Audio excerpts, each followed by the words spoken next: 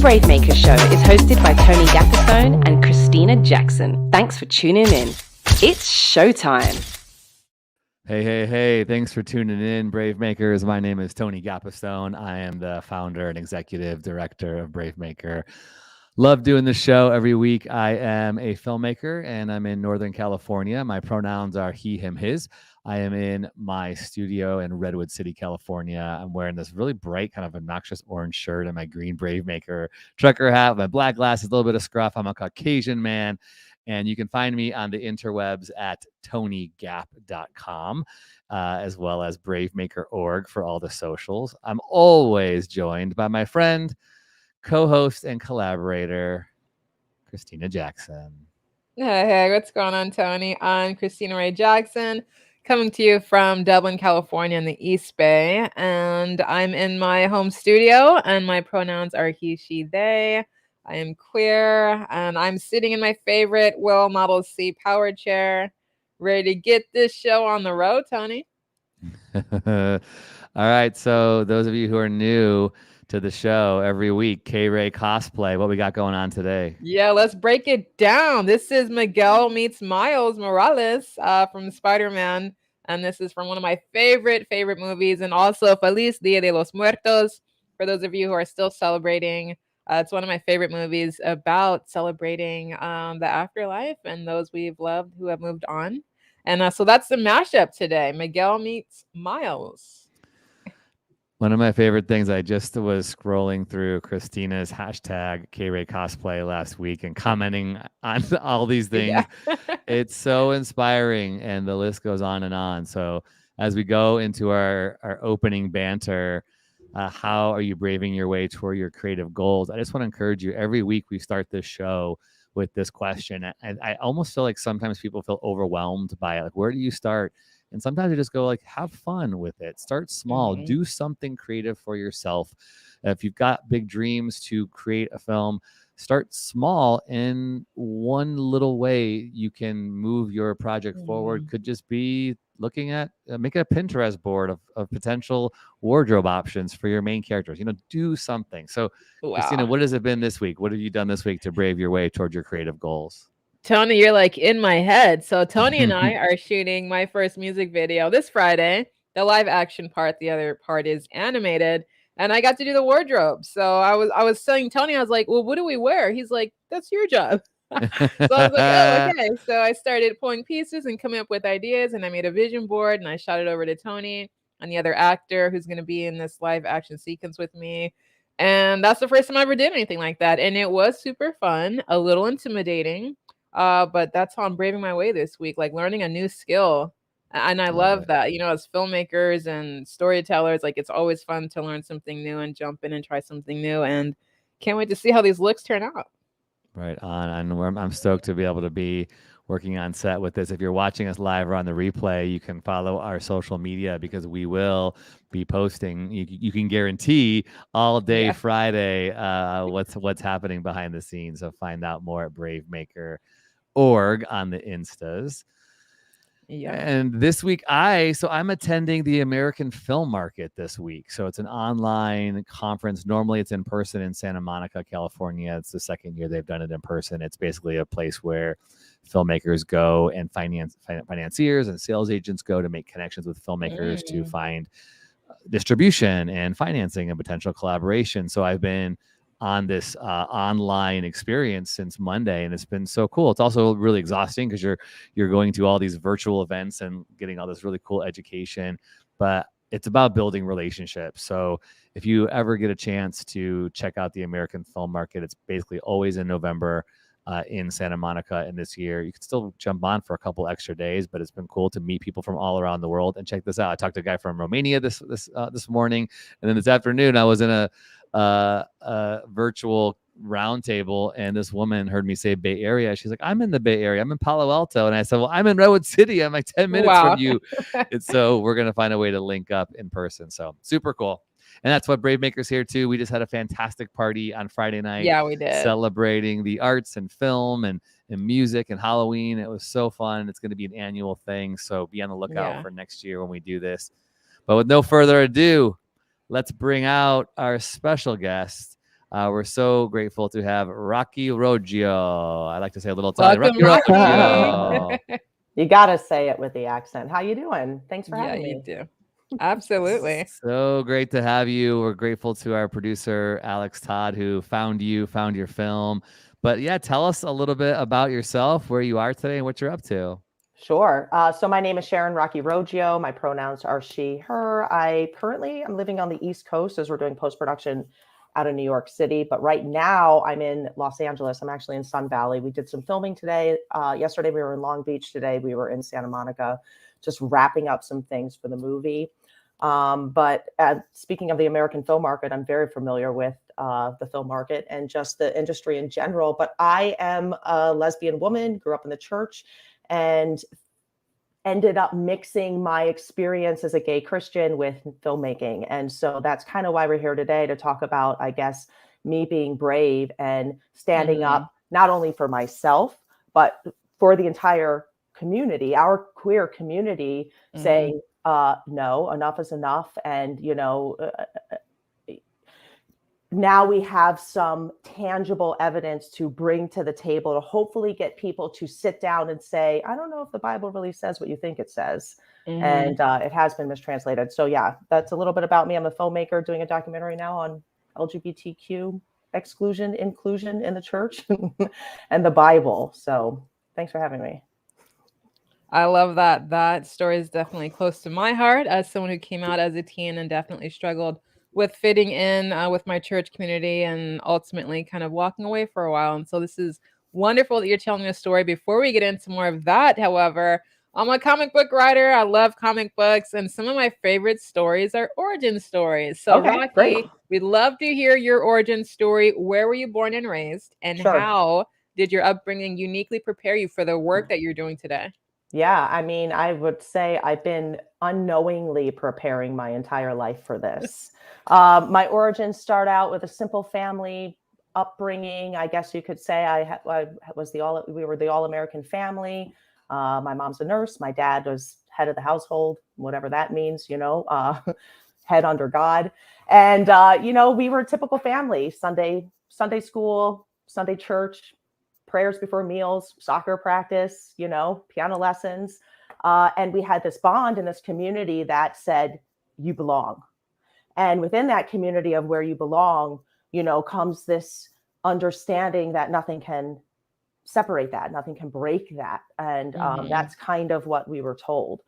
And so I believed it, and I lived my experience in that way. But all the while, growing up in Christianity, I would see red flags, or so I would call them. I don't know if that's what I called them then, but things that just didn't add up. And I always challenged them. And so I was always labeled as the troublemaker.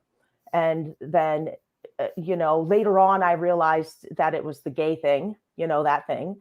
And that doesn't really go well with a Christian experience, lifestyle, family. And so I was then excluded, and learned very quickly that what I was taught, that community that would always be there for me, was not. It came with conditions, and I didn't fit those conditions. And so then as a teen, I left right after high school and spent my young adult, teen, college years trying to now fit in this outside world that I knew nothing about. But maybe then trying to get back in with my family. And what that means is that you have to then put on a mask. When you're around people who are uncomfortable with who you fundamentally are, you're constantly wearing a mask. And I wore the mask for many years, And so in the real world, where I was told I had a choice, I can stay in the fear of God and in this doctrine, or I can go out into the world. And I went out into the world, and so trying to balance between the two, not really knowing how to belong in the other, and then was told I don't belong in this one. So that mask for many years, as you can imagine, weighs on you. It weighs on you in many different ways, spiritually, emotionally, physically. Like I wear it in my body, pain in my back, just different ways that it expresses itself. And so through that trauma, which I now realize is religious trauma, and these ideologies that are pumped into our culture and our society that tell us that we are bad, wrong, evil.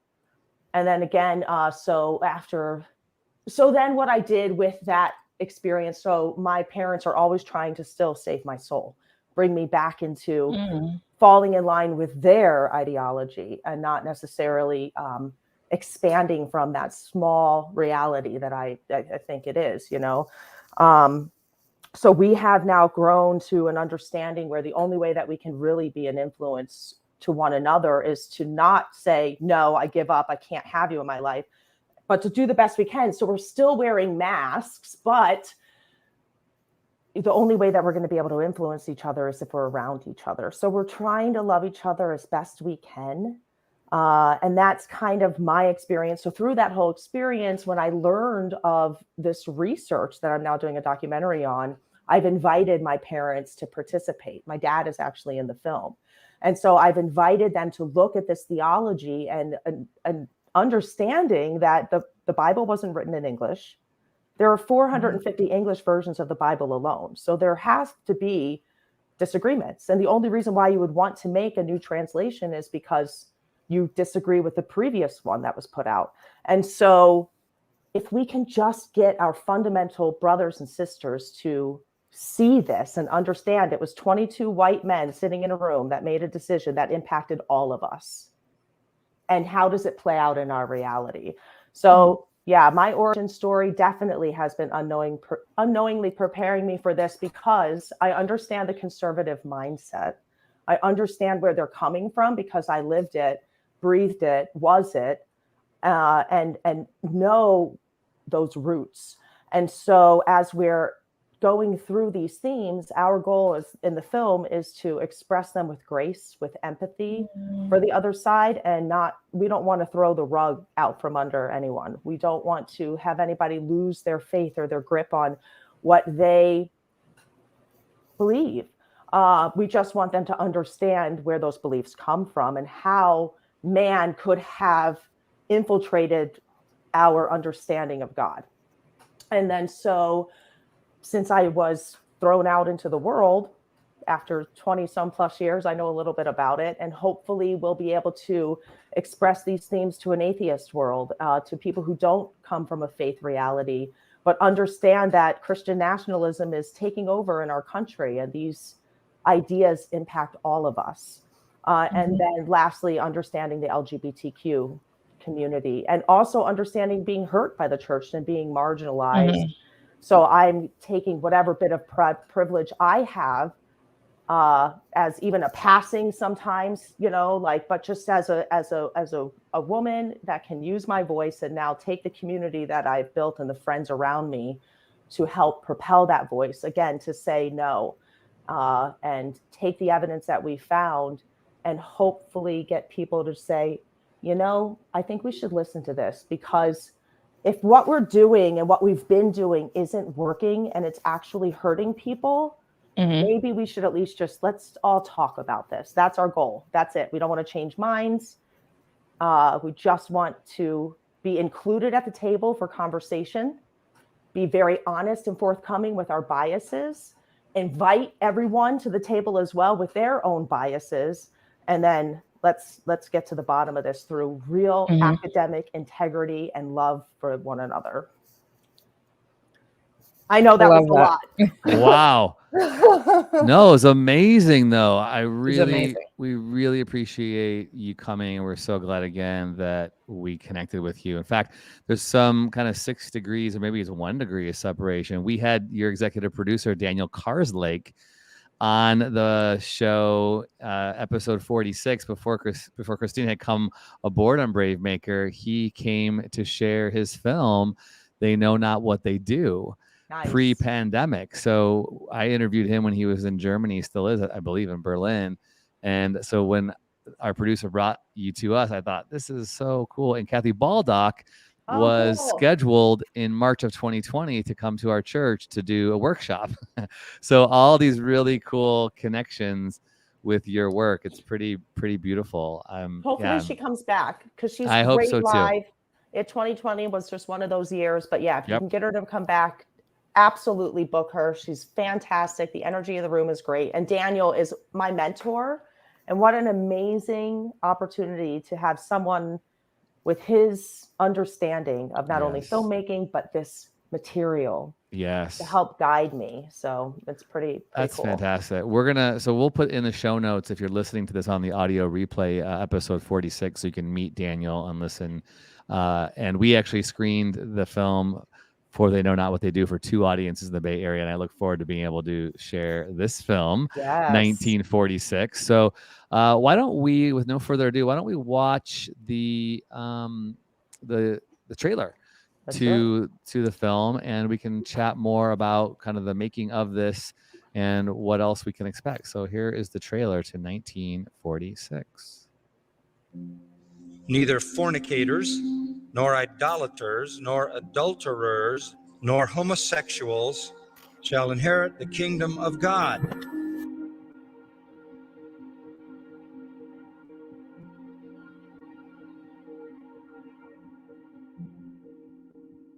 I went into this research wanting the answer no matter what it revealed.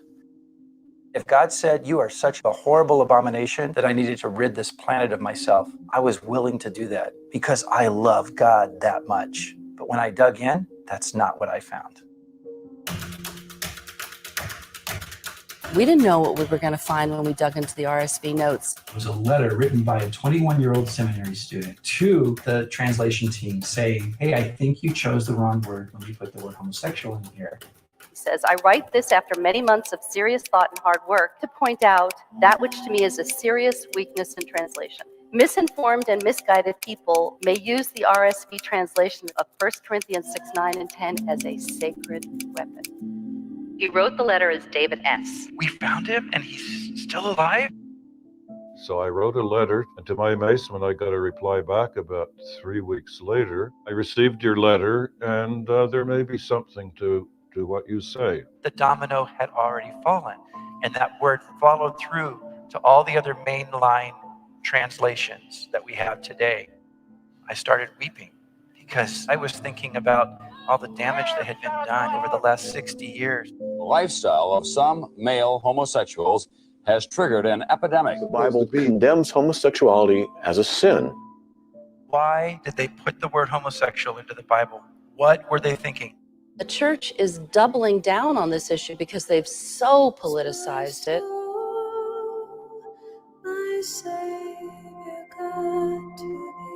We're going to do the work to make this thing right.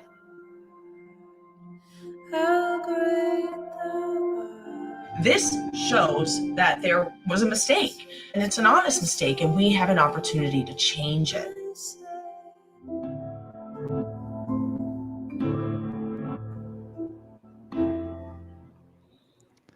So some would say taking on the Bible is one of the most taboo things one could do, and I love it. I'm super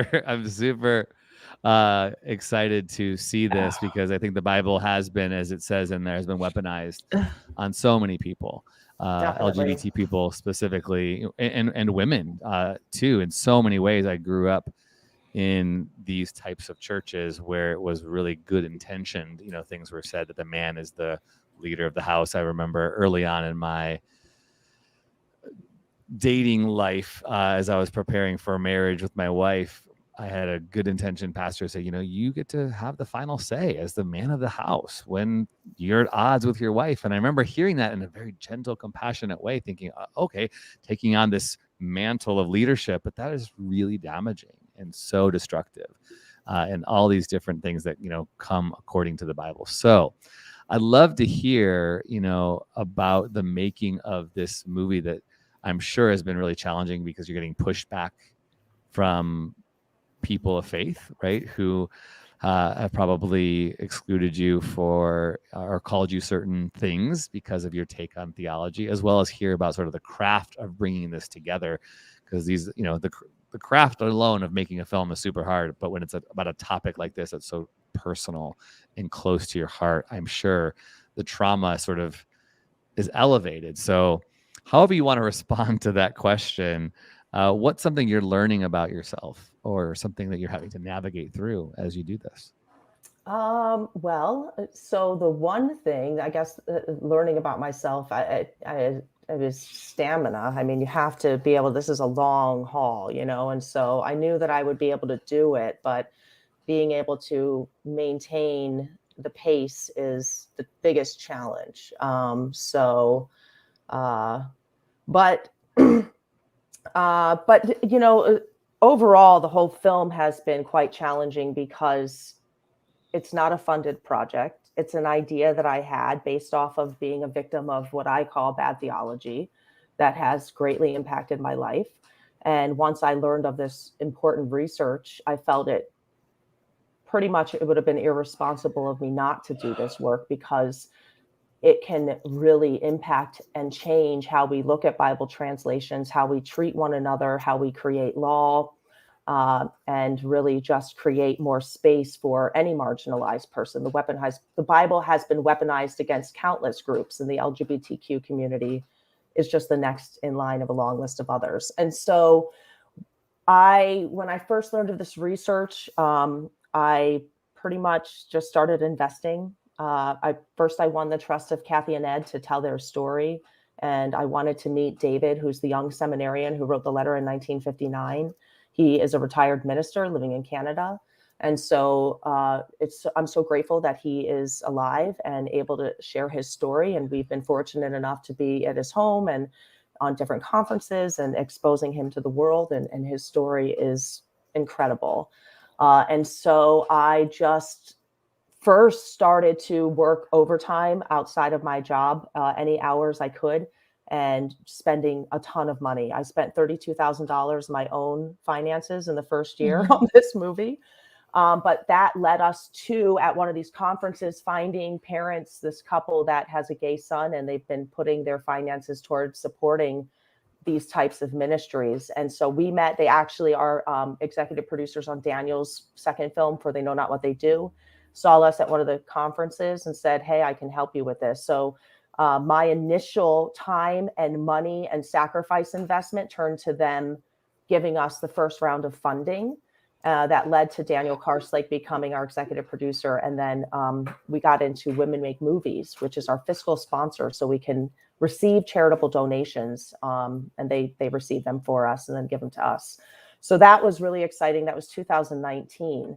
And then we went to the Reformation Project, and we can't pay people to really do this. Like the money, it's not a lot of money that we were working with. So I quit my job to work full time on this. And then COVID happened. So considering I had left my awesome paying job 6 months earlier, our funding slowed down. I couldn't get unemployment. So 2020 was a very challenging year for me personally. And I had to make a decision in order to continue to make this movie. I had to move. So I left Los Angeles to cut all of my living expenses in half and continue making this movie, which has since paid off. You can make a home wherever, and the movie is more important. But the point is that it's just not easy. And one takeaway is, I know there's a lot of anticipation about this film, and I've had to personally fundraise, which is why I do all of the social media. And we have people that help, but I run everything. And so I put a ton of effort into building a community so people know what we're doing so we can be supported. And it's helped. We definitely are now through a structure edit. Now we're fundraising for technical post-production.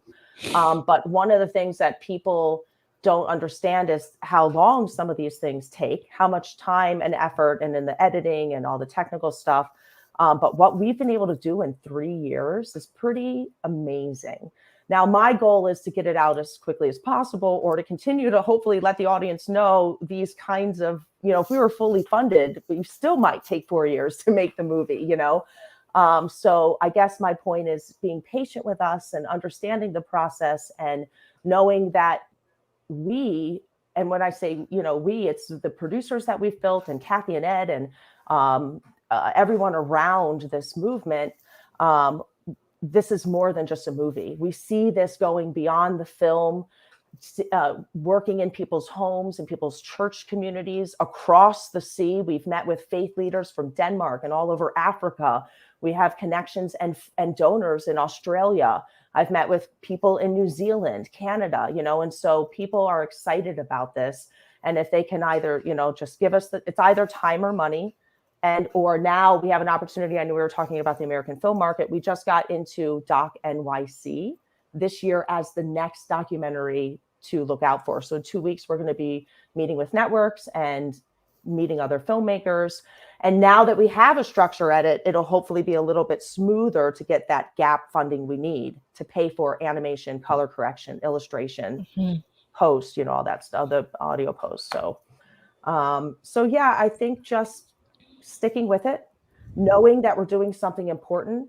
And, besides just my own motivation to stick with it, it's been encouraging. As much as there's a lot of negativity that comes in from doing something like this, the positive outcry has been so inspiring. And the messages we receive almost daily of people who are like, I was, desperate at my, just so distraught about how my family treats LGBTQ people, or how I've been treated, or am I okay to be in this kind of relationship, and all these personal struggles that people are having, they share with us. It's incredible that personal information that people share with us because they need to know that they are not an abomination. They're not these things that they've been hearing all their lives in the church buildings. And so it's really encouraging to see the positive comments that come up, and then all of the supporters from all over the world that step up with me and use their voice and say, no, this is not okay. And, so anyway, it's really, really cool. Oh my goodness, I'm crying on the show. This is wonderful. I wasn't expecting this. This is such a huge film, what you are bringing globally. It's already having such an impact. That trailer was so powerful. I think as someone who is part of the community, I had just accepted that this was going to be the way it was until probably I died, that there wouldn't be where you're coming to the table with your parents where they're conservative and they're like, no, this is a sin. And you're like, well, actually, let's have this conversation. That was something Tony and I were just talking about, how it felt sometimes when you're gay, that you're, like you said, wearing a mask, that you're kind of living in the closet, like a closeted life, where you're really not out and celebrating and letting people see who you are authentically because you have so much inner turmoil. So this is huge that you're showing us how to have these extremely difficult conversations that have had life and death consequences. 100%. They've been just so incredibly damaging and shattering to families. And I wanted to talk to you a little bit about how have you tackled the trauma of it, because I never have, clearly. Yeah. So how have you tackled the trauma of it to be brave enough to keep confronting this issue? Because it's not easy. Like you said, people can become very violent, very defensive about what's in the Bible. So how have you taken care of yourself, Rocky, and your heart to have enough wellness and peace and stability to keep doing this fight, to be such a soldier? Yeah, that's a really good question. That's a really hard part. I've always been one to take care of others over myself, and I'm still working on that. So, I think I don't know. Maybe I need to go to more therapy. No, I don't know. I think what really helps me is verbalizing it. And then what really helps me is the community, because I do have people that text me and I do have people that check in with me, as much as I might not think that they're there, or not even realize like how many people are really checking in with you. They're there. So I think that community is just really important. And then for anyone then who might be listening, go out and find that community and make sure you have friends that are texting you and checking in with you, and that you can cry too. I do a lot of crying. So anybody who does, it's wonderful. In my inner circle knows that I let it out. And I think that's actually really healthy, because otherwise you bottle it in and it comes out in really unhealthy ways. So if that's how I deal, then I'll be a little crybaby. That's okay. I'll take it. So yeah, but thank you for that question, because that's a hard part. We definitely talk a lot on this show about the humanness of being filmmakers. We're often, hustlers, and we're sacrificing, and we're spending our own money, and we're getting up early and going to bed late, and it definitely wears and tears on yourself, your person, your body, literally. But that important part too of what your subject matter is, it's so personal and traumatic, and we're also in a pandemic, and there's racial injustice, and there's still more things. People are still losing rights and fighting against the LGBTQ plus community. So the personal self-care is so important, and I think we can't talk about that enough. So thank you for admitting it's hard, and it's still like sometimes balance is a myth, right? Trying to figure out how you do it. I wanted to chat to you a little bit about kind of the technical nitty-gritty. Had you ever made a film? Had you made a short film? Or did you pick up a camera? You're spending all this money, like, how? Because we have people who are just getting into the space too, and they want to make documentaries, and people make it on their phone. So talk about anything about the equipment or the team, the literal technical making of it, and recording these stories and getting these visuals together.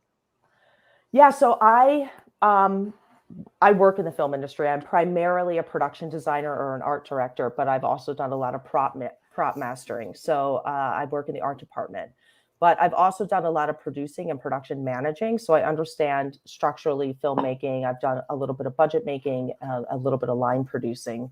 So I've been in the business for a couple decades, and I was able to then apply my managerial skills and my art skills to putting together a vision and executing some of the managerial type stuff. But I'm not a technical person, definitely not an editor, not really a camera person.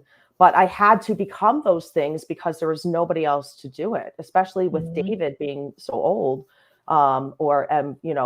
in his later years. And so I called some of my filmmaker friends, and that's him right there, Collier, there he is, and asked him if he had any cameras I can purchase. And he ended up, I purchased 2 Pocket Cinema Minis, Blackmagic Pocket Minis, and did my first round of interviews on them.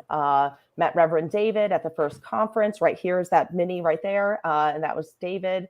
And then met Todd and Teresa, there's the mini again, who were able to come in with that first gift for us to get us through that second year of production. And so I sweated that first year. It was so stressful to try to book the rooms and pay for everything and, make sure the lighting's right, which obviously I'm not doing well in my makeshift apartment right now. The audio was so stressful, all of these different things that it's like, I'm spending my own money to try to win this story. So that was added stress. And what had happened was that a lot of that first round footage isn't in the movie, but it got us to a place where people were able to see my vision. And I was able to be brave and pick up a camera and say, I'm going to learn this. I'm going to spend extra hours on YouTube so I can get to tell this story. And then through that first round of gifts, we were able to hire a crew to go to the next conference and get all the professional footage that we needed.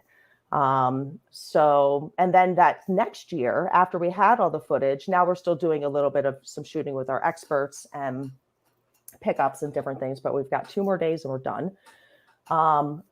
We didn't have money for an editor. And so it was January 2020. And I'm like, well, I'm going to teach myself Premiere Pro. And I did. I taught myself how to use Premiere Pro.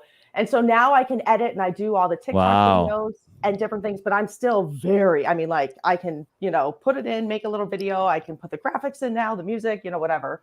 And I was really proud of myself, but I'm not a storyteller editor, So after about another year through after the 2020, it was February 2021, I called Daniel Karslake and I said, if we don't hire someone now, this movie's never going to get done. I just can't do it all, and it's stressing me out. Like I'm trying to get a structure, even something together, but I am doing all the promotion and the social media and fundraising, and so we came up with a plan. And we went back to our original donors and asked them if I can raise $25,000, would they match it just to get someone hired?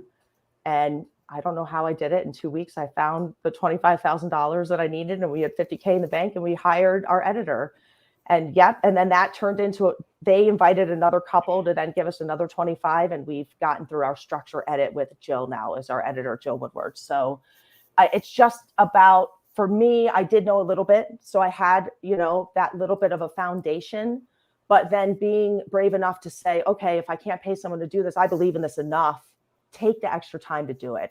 And I think now one of the beauties about our industry and the beauty of technology is, I hate to say that anyone can be a filmmaker, but you really can. If you put your mind to it, if you want to be a storyteller, if you want to be a recording artist, if you want to be a screenwriter, the only thing that's holding you back is yourself. There are groups out there, there are people out there, there are workshops out there. And so you need to be your own self-motivator and then find what works for you. So that's what worked for me. It's so far working. And now we just got to take it to the finish line. And how can we help you do that, Rocky? Yes. Out here in the community, what can we do to help you out? Yeah. The first way is just share. Follow us on social media and share. That's just incredible. Goes such a long way. Let people know that we're doing this, that this research is out there, and encourage people to continue to share. Our TikTok is growing. We're on 1946, the movie, across all social media platforms. But then if anybody did want to help us financially, we do have a GoFundMe up. And we also, as I mentioned earlier, have a fiscal sponsor. So they're able to receive charitable donations on our behalf. And you can get a tax write-off to help us make this important work. And so, yeah, if you can't donate, share, follow, comment, interact. And if you can donate or know people who can, please share it on. Also, any celebrity contacts or anybody that that might be, this would impact them, because if somebody puts a post up for us, that just is so helpful. And I know that that's a lot to ask a lot of influencers and whatnot, but you never know who that'd be like, I can get behind this and I'll take 10 minutes and do a post for you, You are seriously the epitome of a brave maker. I am so glad to have had you today. Kudos. Both Christina and I are working on multiple projects, as many makers do, and raising funds and using your creative energy and writing and collaborating and finding the right partners. It just can be really discouraging and exhausting, but also at the same time thrilling. And sometimes you just need that one win for the week or for the month to get you through. And I am just 100%. Your story, all of us as we're listening and watching, I hope today all of our community keeps going and does one thing to move that forward. And I really do think the sacrifice piece is huge. Sometimes we're so afraid to risk on our own value, to risk on our own dreams and passions and purpose. And you did that. You invested your own money, buying those we use Black Magics all the time. They're great. I just loved seeing some of those behind the scene clips. You made it happen. You're miking up your subject to interview. It's just, do it. There's no excuses. There's no excuse in this day and time with all the technology to not get something done. So way to go, Rocky. Thank you. We want to support you. And when this is finished, please let us host conversations for you here in the Bay. 100%. Yep. I would be honored. Thank you. Yeah, we have a lot of churches that are affirming churches and some that are trying and growing to be. And really the only way that they're going to move forward is through stories and films like yours. So kudos and thank you. Yeah. Thank you. All right. Well, it's the time of our show where we favorite one thing. So it's just one thing of the week. It's called our Brave Faves. Brave Faves. TV shows, films, books, songs, technology, clothing, podcast, food, and more. These are a few of our favorite people, places, and things. Brave Faves. All right, one thing, Christina. What do you got? What's your brave? Or two? You have two things I heard this week, right? What do you got? I got two. Yeah, I'm gonna start with on Netflix, The Movies That Made Us. My mom turned me on to this show. Thank you, Mom. It is so cool. If you want a really in-depth behind the scenes of how Halloween was made, or Friday the 13th, and a bunch of other really cool movies from everything: distribution, financing, casting, all the stuff that as a filmmaker you have to get in order and in place to bring that film to viewers. They talk about all of it, and it is so engaging and it's hilarious. And it's a wonderful show on Netflix, and it's binge worthy, and it's in season 3. So yeah, that's my Brave fave. And the other one, if you want to rock out, I know it's like the middle of the week, but I party every night because I live with a 5-year-old, so she doesn't know. Uh, Tuesday nights aren't time to turn up. But this song, if you want to turn up anytime, I love Steve Aoki. I'm a huge fan. Put this song on, rock out, it'll make you feel good. Those are my Brave faves, and I'll throw it over to you, Tony.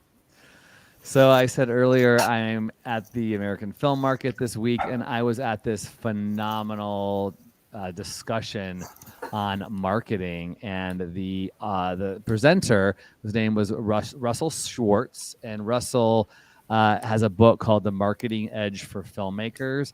And I don't think we talk about this enough as filmmakers, is you have to learn how to market and do your own public relations sometimes until you get to the place where you can hire someone to do it. You have to learn how to be good at social media and telling your story.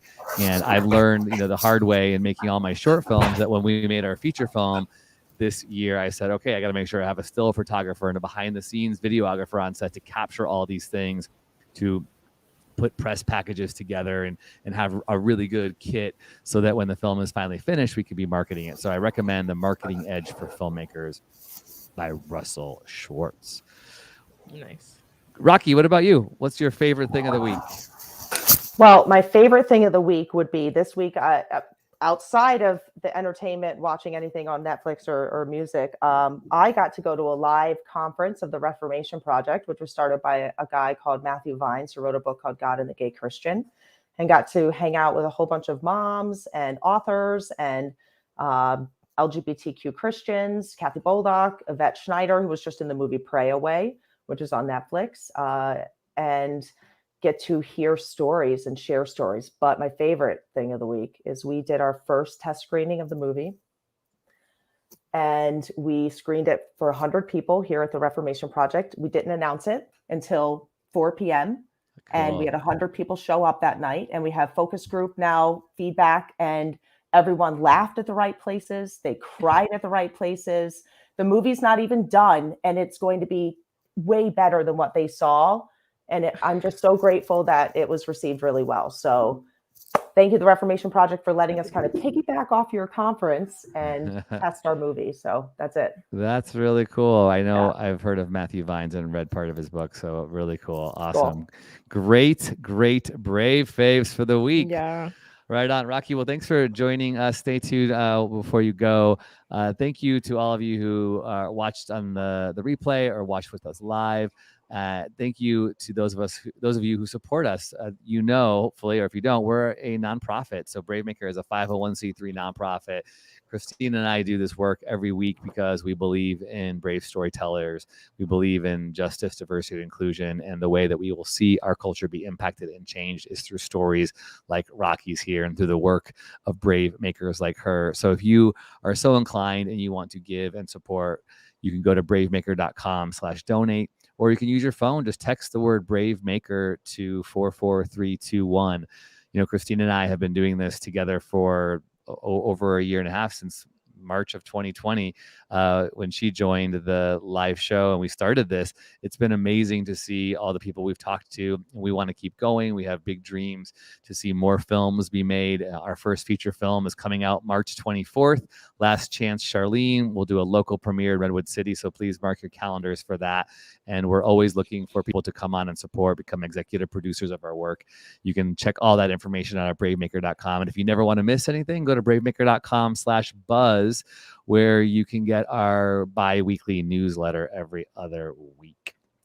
And that's it. That's our show. Rocky was fantastic. Please support the film at the information in our show notes, or 1946themovie.com. We will be for sure sharing more on our social media page, which is bravemaker.org. Rocky, this was fantastic. We wish you such good luck. Thank you. Yeah. Appreciate it.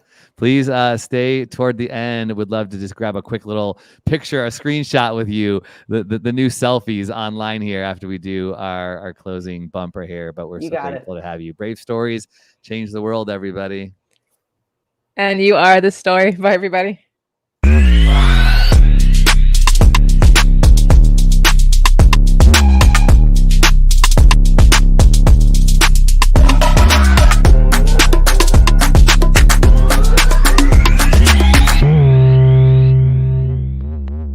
Follow us on Instagram, Twitter, YouTube, and Facebook at bravemaker.org.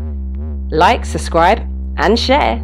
To become a monthly donor, text the word BraveMaker to 44321 or go to bravemaker.com/donate. Thanks for tuning in.